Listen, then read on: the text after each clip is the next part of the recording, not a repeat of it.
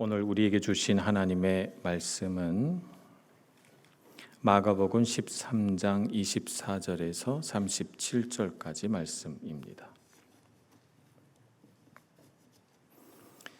마가복음 13장 24절 말씀부터 봉독하겠습니다. 그때의 그 환난 후 해가 어두워지며 달이 빛을 내지 아니하며 별들이 하늘에서 떨어지며 하늘에 있는 권능들이 흔들리리라. 그때 인자가 구름을 타고 큰 권능과 영광으로 오는 것을 사람들이 보리라. 또 그때에 그가 천사들을 보내어 자기가 택하신 자들을 땅 끝으로부터 하늘 끝까지 사방에서 모으리라.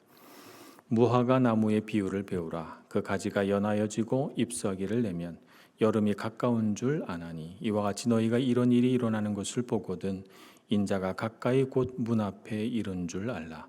내가 진실로 너희에게 말하노니 이 세대가 지나가기 전에 이 일이 다 일어나리라. 천지는 없어지겠으나 내 말은 없어지지 아니하리라. 그러나 그날과 그때는 아무도 모르나니 하늘에 있는 천사들도 아들도 모르고 아버지만 아시느니라. 주의하라, 깨어 있으라. 그때가 언제인지 알지 못함이라.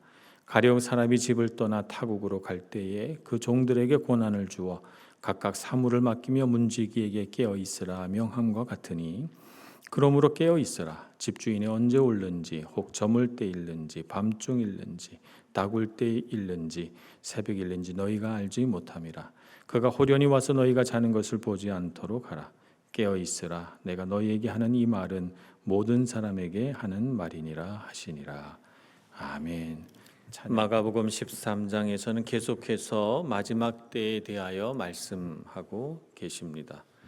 구약 시대에는 하나님께서 하나님의 말씀을 계시하실 때에 선지자라든가 예언자라든가 이렇게 하나님께서 택하신 사람을 통하여 말씀하셨습니다.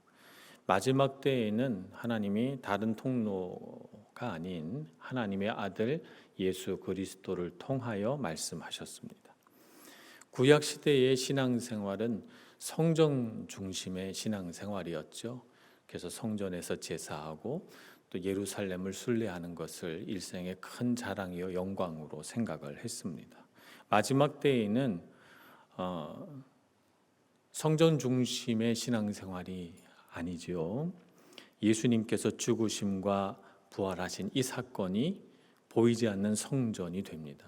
그래서 복음 중심의 신앙생활, 예수님의 죽으심과 그분의 다시 사심을 증거하고 그것을 전파하는 신앙생활이 모든 신자들의 신앙생활의 중심이 되는 것이죠.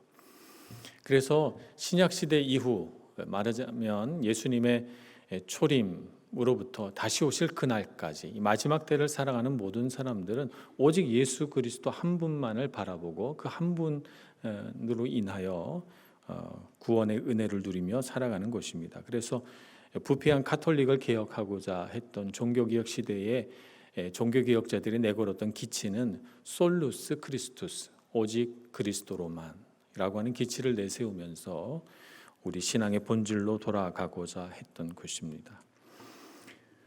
그런 주님께서 오늘 본문을 통해서 말씀하시기를 내가 다시 오겠다 이렇게 말씀하십니다. 주님은 다시 오십니다. 오늘 26절 말씀을 보니까 그때 인자가 구름을 타고 큰 권능과 영광으로 오는 것을 사람들이 보리라고 말씀하셨습니다. 주님께서는 반드시 다시 오십니다. 주님께서 모든 이 땅의 일들을 마치시고 승천하실 때 주님께서는 제자들에게 약속하셨습니다. 사도행전 1장 11절 말씀을 보겠습니다. 승천하시는 주님을 바라보고 섰던 제자들에게 천사들이 나타나 이렇게 이릅니다. 이르되 갈릴리 사람들아 어찌하여 서서 하늘을 쳐다보느냐 너희 가운데서 하늘로 올려지신 이 예수는 하늘로 가심을 본 그대로 오시리라 하였느니라고 말씀하십니다. 그래서 주님께서는 이 땅에서의 삶을 다 마치시고 가실 때 다시 오시겠다. 이렇게 우리에게 약속해 주셨죠. 예수님의 초림과 예수님의 재림은 조금 다릅니다. 예수님께서 처음 이 땅에 오셨을 때는 연약한 아기의 모습으로 이 땅에 오셨고 또 마국간 같은 누추한 곳에 내려오셨습니다. 그래서 예수님을 겸손의 왕이라고 하십니다. 그분은 친히 허리에 수건을 묶고 제자들의 발을 하나하나 씻어 주셨고 가르치시기를 누구든지 위에 있고자 하는 자는 낮은 자가 되고 누구든지 다스리는 자가 되고자 하면 섬기는 자가 되라, 이렇게 가르치셨습니다. 그래서 주님께서는 이 땅에 오셔서 가장 낮은 자리에서 가장 낮은 사람들을 위하여 살아가셨고, 그래서 병든 자, 장애를 입은 자, 슬픈 자, 가난한 자들을 향하여 고치시고 회복시키시고 위로하시는 일들을 하셨어요. 그래서 주님께서 이 땅에서 그 모든 일들을, 이 땅의 모든 연약함과 죄된 것과 어두운 것들을 다 짊어지셨죠. 그래서 예수님은 십자가를 지시고 우리의 구원을 완성시켜 주신 것입니다. 재림하시는 주님은 초림 때와는 다릅니다. 오늘 말씀에 보니까 큰 권능과 영광으로 오신다고 했습니다. 이때 오시는 주님은 낮은 모습이 아닙니다. 영광과 함께 오시고 이때 주님은 심판의 주님으로 이 땅에 오십니다. 그래서 오늘 27절의 말씀처럼 또 그때에 그가 천사들을 보내어 자기가 택하신 자들을 땅 끝으로부터 하늘 끝까지 사방에서 모으리라고 했습니다. 그때는 예수 그리스도를 잘 믿은 사람들, 주님의 제자들을 끝에서부터 끝에까지 다 모아서 그들에게 면류관을 씌워주시는 그때이죠. 그러니까 그날은 어떤 때인가 하면 알곡과 가라지를 구분하는 때입니다. 진짜와 가짜를 구분하는 때죠. 그래서 알곡은 모아서 곳간에 드리고 가라지는 모아서 불에 태우는 때죠. 하나님께서 택하신 자들, 곧 구원받은 하나님의 자녀들은 영광의 면류관을 얻겠지만 그렇지 못한 자들에게는 영원한 심판의 불이 기다리고 있는 것입니다. 그래서 재림하시는 그때는 심판과 우주적인 회복이 일어나는 때입니다. 이렇게 주님께서 이 땅에 오셔서 모든 것을 심판하시는 그날, 회복하시는 그날, 그때가 언제일까 참 궁금합니다. 그래도 오늘 주님께서 말씀하시기를 그때 곧 재림의 시기는 아무도 모른다고 말씀하십니다. 왜냐하면 그때를 정하는 것은 하나님의 주권이기 때문입니다. 그래서 그날과 그때는 아무도 모르나니 하늘에 있는 천사들도 아들도 모르고 오직 하나님 아버지 한 분만 아신다고 말씀하시죠. 그렇기 때문에 예수님께서 오시는 그날은 갑자기 임하는 것처럼 느껴집니다. 그날과 그때는 아무도 모르기 때문에 주님이 오시는 그날은 이렇게 갑자기라고 하는 생각이 들 정도로 갑작스럽게 임하게 되는 것이죠. 그래서 그날이 갑작스럽게 우리에게 다가오는 것처럼 느끼지 않도록 하기 위하여 주님께서 당부하신 말씀이 있습니다. 그것이 바로 깨어 있으라는 말씀입니다.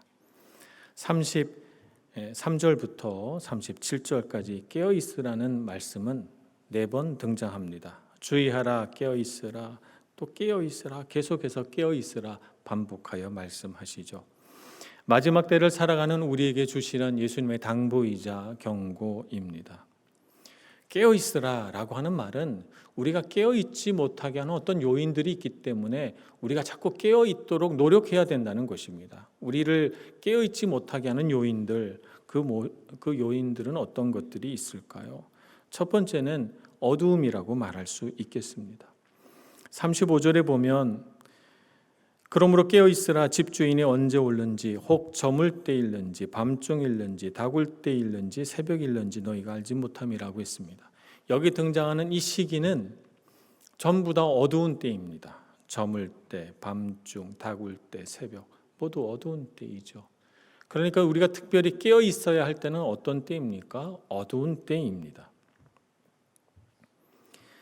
깨어 있어야 할 때 그때의 시대적인 징조는 어두움이라고 하는 것이죠. 어두움이라는 것은 무엇입니까? 영적인 무지. 그래서 하나님을 알지 못하고 하나님께 영광을 돌리지도 않고 그래서 그들의 죄 가운데 모든 것이 어두움에 덮여져 있는 그때가 바로 우리가 더욱 깨어 있어야 하는 때인 것입니다. 창세기 19장에 보면 소돔과 고모라의 멸망을 알게 된 롯의 이야기가 나옵니다. 롯은 아브라함의 조카이죠. 소돔과 고모라에 너무나도 죄악이 많아서 하나님이 심판하시기로 작정하셨습니다. 그래서 천사 두 사람을 보냈는데 사람들이 천사 두 사람조차도 그들을 데리고 죄를 지으려고 하지요.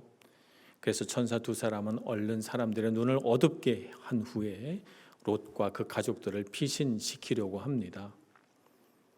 그래서 이 롯은 자신의 두 딸과 정혼을 한 사위들에게 가서 사위들도 같이 피하자고 이야기를 합니다. 창세기 19장 14절입니다. 롯이 나가서 그 딸들과 결혼할 사위들에게 말하여 이르기를 여호와께서 이 성을 멸하실 터이니 너희는 일어나 이곳에서 떠나라 하되 그의 사위들은 농담으로 여겼더라고 되어 있습니다. 농담으로 여겼습니다. 그래서 어떻게 됐습니까? 멸망을 피하지 못했겠죠. 여러분, 어두운 시대를 살아갈 때 우리가 더욱 깨어 있어야 됩니다. 그렇지 않으면 소돔과 고모라에 임한 그때처럼 어느 날 갑자기 그날이 임하게 되기 때문입니다. 마태복음 26장에 보면 겟세마네 동산에서 기도하시는 예수님의 모습이 그려져 있습니다.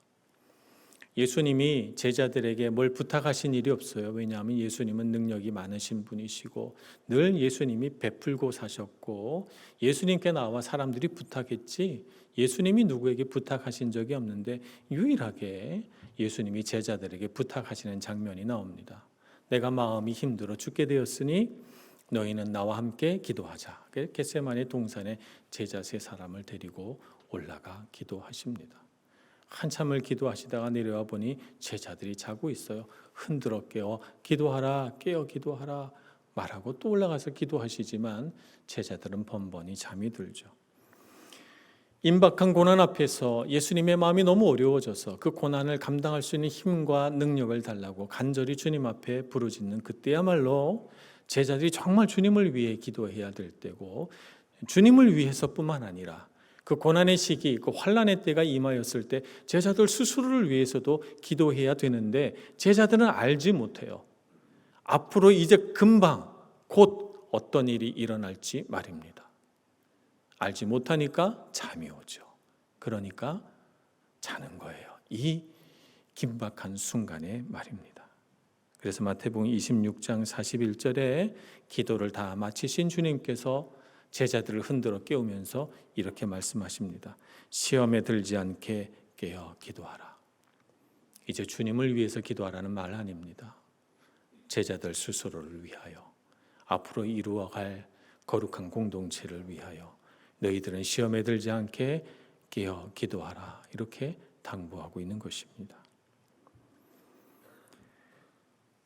시대가 갈수록 어둠이 깊을수록 우리는 더욱 깨어 기도해야 될 줄로 믿습니다. 세상이 왜 이렇게 악한가? 사람들은 왜 이렇게 악한가? 비판할 일이 아니라 이것이 바로 이 시대의 징조입니다. 임박한 주님의 날이 도둑같이 우리에게 임하기 전에 우리가 먼저 잘 준비하여 깨어 기도하는 사람 되기를 소망합니다. 마태복음 25장에 보면 예수님께서 10처녀 비유도 말씀하십니다. 10명의 처녀가 신랑이 오기를 기다리고 있습니다. 아마 들러리로 부름을 받은 처녀인 것 같아요. 신랑이 언제 올지 알 수 없으니까 처녀들이 등불을 준비하고 기다리고 있는데 5명의 처녀들은 등잔에 기름을 가득 부어 준비하고 있습니다. 5명의 처녀는 신랑이 오면 그때 가서 해도 되겠지 이렇게 생각을 하고 잠을 잡니다. 잠을 자지 않고 기름을 가득 넣어 기다리고 있던 5명의 처녀는 신랑이 온다 하는 소리를 듣고 등잔에 불을 붙여서 그것을 들고 신랑을 맞이하게 됩니다. 우리도 주님이 오시는 그날, 우리의 신랑 되신 예수님께서 재림하시는 그날 잘 준비되어 있어야 되지 않겠습니까? 그래서 우리는 우리 등잔에 기름을 가득 채워놓고 있어야 됩니다. 하나님의 말씀으로 주님의 은혜로 가득 채워놓고 주님께서 오시는 그날 잘 준비된 모습으로 주님 맞이해야 되는 것입니다. 에베소서 6장 18절에 이렇게 말씀합니다. 모든 기도와 간구를 하되 항상 성령 안에서 기도하고 이를 위하여 깨어 구하기를 항상 힘쓰며 여러 성도를 위하여 구하라. 이렇게 말씀합니다. 그래서 우리가 때가 악하든지 그렇지 않든지, 우리가 편하든지 그렇지 않든지, 건강하든지 병들었을 때이든지, 우리가 기분이 좋을 때이든 나쁠 때이든 항상 우리는 기도해야 됩니다. 어떤 문제를 놓고도 기도해야 됩니다. 좋은 일 앞에서도 마음이 교만해지지 않고 주님 주신 은혜를 알고 감사하며 기뻐하며 누리도록 기도해야 됩니다. 어려운 일들 앞에서는 고난을 이겨낼 수 있는 믿음을 달라고, 고난 속에서 하나님의 선한 뜻을 발견하게 해달라고 우리는 깨어 기도해야 됩니다. 우리는 우리 삶의 등잔에 기름을 가득 채워서 어두운 이 세상에 빛을 밝히는 사람이 되어야 할 것입니다. 신랑 예수님이 곧 오시기 때문입니다. 우리는 오실 길을 예비하는 우린 15명의 처녀와 같습니다. 하나님의 말씀으로 무장하고 하나님의 주님의 말씀을 담아서 그 말씀 날마다 묵상하고 말씀에 불을 켜야 되겠습니다. 은혜를 마음에 가득 담고 그 은혜가 빛나게 날마다 다듬어야 될 것입니다. 시편 119편 105절은 이렇게 말씀하십니다. 주의 말씀은 내 발의 등이요 내 길의 빛이니이다. 주님의 말씀으로 빛을 비추어 우리 인생길에 항상 주님이 앞서 가시게 하고, 주님께서 재림하시는 그날 우리도 말씀의 등불 환하게 켜서 주님 오시는 길을 밝게 비춰드리는 저와 여러분 되기를 간절히 소원합니다. 두 번째, 우리가 깨어있지 못하도록 하게 하는 요소 무엇이 있을까요? 두 번째는 세상적인 즐거움과 염려라고 할 수 있겠습니다. 누가복음 21장 34절의 말씀을 잠시 보겠습니다. 너희는 스스로 조심하라. 그렇지 않으면 방탕함과 술 취함과 생활의 염려로 마음이 둔하여지고 뜻밖의 그날이 덫과 같이 너희에게 임하리라. 아멘. 마음이 둔하여지고 주님이 오시는 그때를 분별하지 못하게 하는 요소가 무엇입니까? 방탕함과 술 취함과 생활의 염려입니다. 방탕함이라고 하는 것은 내가 가진 것을 내 마음대로 사용하는 것, 거기서부터 방탕함이 시작이 됩니다. 내가 가진 것 어떤 것들이 있습니까? 내게 주어진 생명, 내게 주어진 시간, 내게 주어진 삶의 에너지, 내게 주어진 물질 소유, 이런 것들 다 내게 주어진 겁니다. 내가 가진 것이니까 내 거니까 내 마음대로 하고 살아야지. 내가 원하는 거, 내가 바라는 거, 그런 거 내가 가진 걸로 마음껏 하고 살아야지 라고 하는 생각이 방탕의 출발점인 것이죠.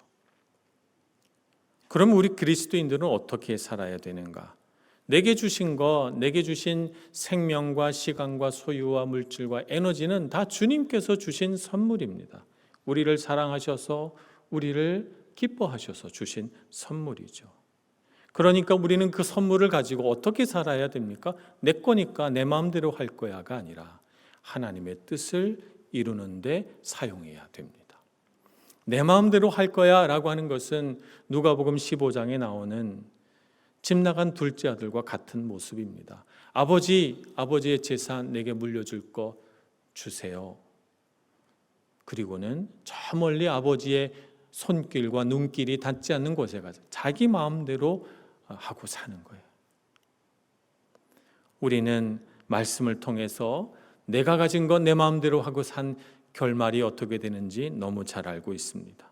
우리는 내가 가진 것, 비록 내 것이라고 하나님께서 주셨지만 내 뜻대로 하지 않고 하나님 뜻대로 사용하는 사람이 되어야 할 것입니다. 내게 주어진 시간 어떻게 써야 할까요? 내게 주어진 물질 어떻게 사용해야 하나님이 기뻐하실까요? 내게 주어진 이 건강과 삶의 에너지 어떻게 사용하면 주님이 기뻐하실까요? 주님 앞에서 생각하고 방탕하지 않도록 깨어있는 여러분 되시길 축복합니다. 술 취함은 쾌락을 추구하는 삶을 상징적으로 나타내는 것입니다. 세상의 즐거움과 기쁨, 정욕적인 삶을 추구하며 사는 삶이죠. 이런 즐거움을 추구하고 기쁨을 추구하는 삶은 우리에게 상당히 매력적인 기쁨을 줍니다. 그런데 문제는 뭐냐 하면 이런 세상적인 기쁨은 더 큰 자극이 주어지지 않으면 더 이상 우리에게 기쁨을 주지 않는 거죠. 그래서 더 큰 자극을 줘야지만 그 다음에 더 기뻐져요. 세상 일이 다 그렇습니다. 제가 굳이 예를 들지 않아도 여러분 너무 잘 아실 거예요. 예전에는 그냥 밥만 먹어도 참 기쁘다 그랬는데 좋은 밥 먹으니까 그 다음엔 더 맛있는 밥 먹고 싶잖아요. 기쁨을 추구하면 그러면 하나님 앞에 나와 있는 예배의 즐거움, 말씀 묵상의 즐거움, 기도의 즐거움이 사라집니다. 다른 세상에서 우리에게 주는 즐거움이 너무 크기 때문에 하나님 앞에 서는 것이 지루하고 재미가 없어요. 사실 우리의 마음을 가장 기쁘게 하는, 우리의 마음을 고요하면서도 강하게 하면서도 빼앗기지 않는 즐거움은 무엇입니까? 하나님을 기쁘시게 하는 삶이 우리에게 정말 즐거움을 줘요. 하나님을 기뻐하고 하나님 가까이 있을 때 우리는 뭔지 모르지만 마음이 꽉 차게 되고 담담하고 평안하고 기쁘고 즐거운 삶을 살아가고 내가 무척 가치 있는 사람인 것처럼 느껴집니다. 그러나 세상의 기쁨을 추구하는 삶은 기쁨을 얻을 때는 다른 근심 다 사라지는 것 같지만 기쁨이 끝나는 순간 우리의 마음속은 갑자기 밑으로 가라앉으며 나 자신에 대하여 가치롭게 느끼기보다는 그 반대로 느끼는 경우들이 더 많다는 것입니다.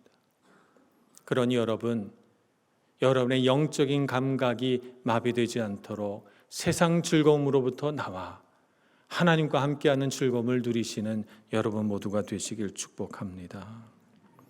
생활의 염려는 먹고 마시고 입는 것에 대하여, 그러니까 말하자면 우리 삶의 모든 전반적인 문제에 자기 마음이 얽매여져 가지고 그 세상 근심 걱정에 매여 살아가는 모습을 말하는 것입니다. 마태복음 24장은 이렇게 우리에게 그때를 보여줍니다. 마태복음 24장 37절에서 39절 말씀입니다. 노아의 때와 같이 인자의 임함도 그러하리라. 홍수전에 노아가 방주에 들어가던 날까지 사람들이 먹고 마시고 장가들고 시집가고 있으면서 홍수가 나서 그들을 다 멸하기까지 깨닫지 못하였으니 인자의 임함도 이와 같으리라. 사람들이 죄 짓고 있는 건 아닙니다. 여러분, 먹는 거 죄 아닙니다. 먹고 마시고 시집가고 장가가고 살아야죠. 그것이 잘못됐다는 것이 아니라 그것에 온통 마음이 쏠려서 오직 그것만 가지고 그것으로 인한 근심으로 그것으로 인한 삶의 문제들을 해결해 나가느라 온통 생각이 거기에 묶여 있을 때 문제가 된다는 말입니다. 그것이 우리를 영적으로 무감각하게 만들고 하나님 앞에서 깨어있지 못하게 만드는 요소가 된다는 것입니다. 그러니 삶의 문제 때문에 하나님을 보지 못하는 어리석은 삶을 살지 말라는 것이죠. 고린도전서 10장 31절에서는 이렇게 말씀합니다. 그런즉 너희가 먹든지 마시든지 무엇을 하든지 다 하나님의 영광을 위하여 하라. 삶의 문제에 묶여가지고 근심하며 걱정하며 살지 말고 먹든지 마시든지 무엇을 하든지 하나님의 영광을 위하여 사는 삶이 깨어있는 삶인 것입니다. 말씀을 묵상하면서 이런 생각을 해봤습니다. 주님이 만약 오신다면 주님이 오시는 그날 나는 어디에 있을까? 어디에 있으면 좋겠습니까, 여러분? 주님이 오시는 그날 말입니다. 주님께서 기뻐하시는 곳에서 주님께서 기뻐하시는 일을 하다가 주님을 맞이하면 제일 좋겠죠. 그렇지 않습니까? 주님이 오시는 그날 부끄러운 곳에서 부끄러운 일을 하다가 주님을 만나지 않기를 소망합니다. 그렇게 하기 위해서는 우리는 재림의 때를 잘 준비해야 될 것입니다. 말씀을 가까이 하고 기도를 쉬지 않는 삶을 살아가야 됩니다. 그것이 우리를 영적으로 깨어 있게 하는 것입니다. 영적으로 깨어 있으려면 우리는 다른 사람의 도움이 필요합니다. 내가 혹 잠들게 되었을 때 누군가 흔들어 나를 깨워줄 사람이 필요하죠. 그래서 우리 곁에는 깨어있는 성도가 필요합니다. 깨어있는 영적 지도자가 필요합니다. 깨우쳐주는 교회가 필요합니다. 그러니 여러분, 우리 곁에 깨어있는 성도를 가까이 하시고 우리 교회가 깨어있도록 하기 위하여 늘 기도해 주시기를 바랍니다. 그리고 오늘 할 일을 내일로 미루지 마시기를 바랍니다. 오늘 은혜를 받았다면 여러분, 은혜 받은 자리에 서시기 바랍니다. 하나님께서 은혜 주신 것을 쉽게 버려버리지 마시고 여러분이 은혜 받은 그 자리에 서서 은혜를 나누는 축복의 통로가 되시기를 바랍니다. 오늘 여러분 마음속에 누군가를 용서해야 되겠다고 하는 마음이 든다면 오늘 바로 용서하시기를 바랍니다. 용서하고 돌이키시기를 바랍니다. 누군가를 미워하고 분노하는 마음이 있다면 오늘 지금 바로 그 마음을 버리시기를 바랍니다. 주님께서 곧 오시기 때문입니다. 주님이 오시는 그날 내가 은혜 받는 자리에 서 있지 못하고 내 마음속에 분노와 미움이 가득하다면 어찌 주님 앞에서 우리가 용서받고 그분의 은혜를 받아 누릴 수 있겠습니까? 그러니 언제 올지 모르는 주님의 날, 매일매일 오늘이 마지막 날이라고 생각하고 잘 준비하시는 여러분들 되셔서 주님이 오시는 그날 함께 기뻐하며 은혜 받은 그 자리에서 주님을 찬양하는 저와 여러분 되기를 간절히 소원합니다. 기도하겠습니다. 자비로우신 하나님, 우리를 붙드신 주님을 찬양합니다. 어리석고 무지하여 늘 곁길로 빠지고 어둠 속에서 헤매곤 했던 저희들을 주님의 은혜의 손으로 꼭 붙드시고 이 빛의 자리로, 은혜의 자리로 인도해 주셔서 감사합니다. 주님의 말씀 마음에 품고 날마다 주님 앞에 겸손히 엎드려 기도하며 주님 오시는 그날 잘 준비하는 저희들 되게 하여 주옵소서. 어둠이 깊을수록 고난이 우리 삶 가운데 겹쳐 올수록 주님의 말씀 더욱 우리 마음속에 묵상하고 주님의 은혜대로 잘 준비하여 주님 오시는 그날 등불 들고 맞이하는 저희들 되게 하여 주옵소서. 예수님의 이름으로 기도합니다. 아멘.